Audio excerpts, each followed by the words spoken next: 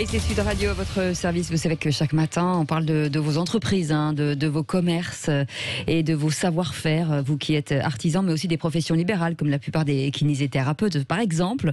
Et l'occasion d'en parler avec Sébastien Guérard. Bonjour. Bonjour.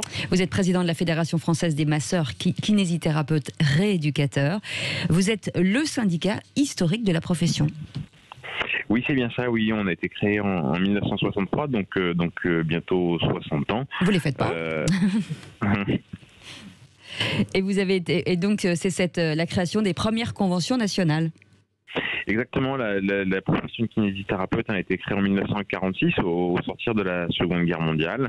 Et les premières conventions nationales avec l'assurance maladie donc datent de 1962, date sensiblement de la création de la fédération qui depuis porte ses conventions et négocie avec l'assurance maladie notamment les montants de remboursement et les types de prise en charge qui permettent à l'ensemble de nos patients en France de pouvoir bénéficier des soins de kinésithérapie remboursables. Alors aujourd'hui, vous représentez à peu près 5000 kinésithérapeutes libéraux en France.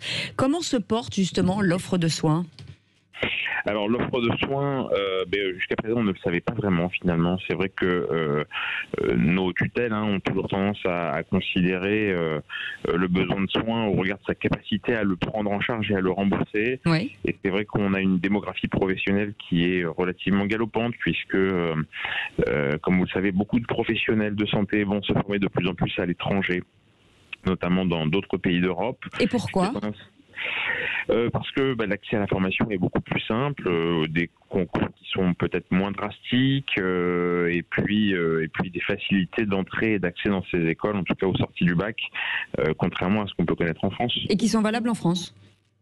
Et qui sont valables et reconnues en France, en tout cas lorsqu'elles sont dispensées dans l'espace européen.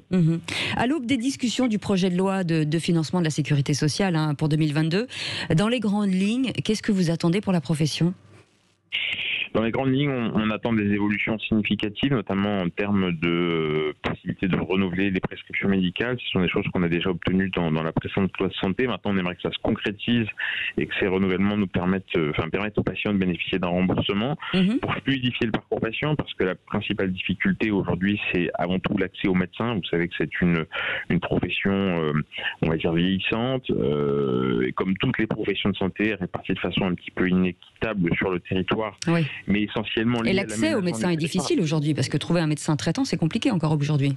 C'est extrêmement compliqué, et donc on a essayé de mesurer, et c'est très difficile, de savoir combien de patients renoncent aux soins de kinésithérapie notamment, tout simplement parce qu'ils n'arrivent pas à accéder à leur propre médecin pour leur délivrer une prescription médicale. Donc nous, ce qu'on souhaite, c'est effectivement faciliter leur parcours et pouvoir accéder plus facilement à nos patients, et notamment à travers ce qu'on appelle l'accès direct, c'est-à-dire la possibilité pour un patient de consulter directement son kinésithérapeute pour certaines pathologies, tout en restant dans le parcours de soins, puisqu'il faut que le médecin traitant soit impérativement informé, mais peut-être sans passer par cette case médecin, justement pour libérer du temps médecin et puis éviter des retards de prise en charge qui, nous, de notre côté, complexifient nos prises en charge et surtout allongent les durées de prise en charge et donc saturent également nos cabinets, puisqu'aujourd'hui, près de 7 kinésithérapeutes sur 10 ne sont pas en capacité de prendre en charge de nouveaux patients.